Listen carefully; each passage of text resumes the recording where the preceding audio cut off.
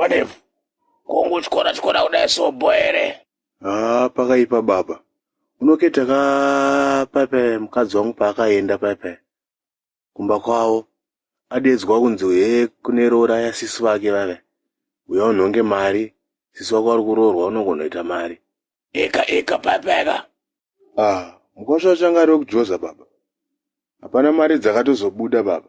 Hanzi pakabuda 8,000 rands. Saka nezuro manje zvakaitika manje.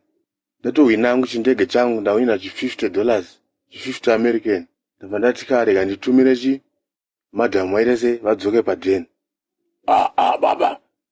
Makatohwina makasatondiudza. Ndakahwina baba, chinzwa ika.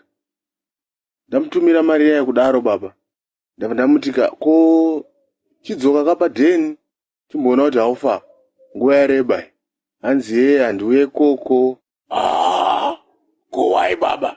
Pandakabva ikoko ndainge ndakaonda. Saka kunoko ndasimba. Saka ndidzoke kunhamo ikoko. Gara wega. Kweninzwa ndikuda kutoroora saka ndozvandichasangana nazo erezvi. Konai baba, kwesusu hatina kuroora here paya? Wakanganwa here paya takapfeka masutu paya. Takanoombera kaisu baba, takanosiya mari. Takanoombera kaisusu baba paya. Mheno jirafu mari. Amenoti tisu tega tatanga kutambura here baba munyika baba. Munoti vamwe vanhu vari kutamburawo sesu kunzoko? Mawani. Kuvabereki vacho vari kuti chii vakagara nemukadzi wemunhu kumba kwavo ikoko? Vakagara nemukadzi akabvisirwa mari.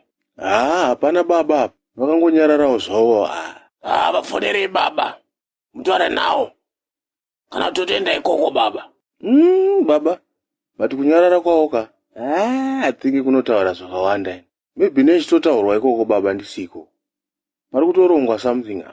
Kuenda ikoko manje ka handisina mari ya baba. Handakatumira mari yacho yese yandakahwina yanani nayo.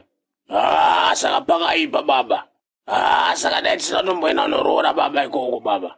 Etakatotenderedza mari yacho iyoyo. Pomwe dai tori pane imweni level. Zvinhu zvikunetsa baba. Mari hadzisi kubatika idzi baba.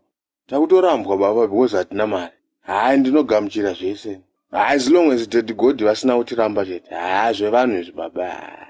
Vanhu vanokuramba baba. Sezvakaitwa Jesus baba. Akarambwa baba. Nana Peter vaya baba. Pamberi pevanhu baba. Tozotya izvi? No baba. Baba mane pachikoro. Baba mane papiro. Baba mane pachikoro. Baba mane papiro.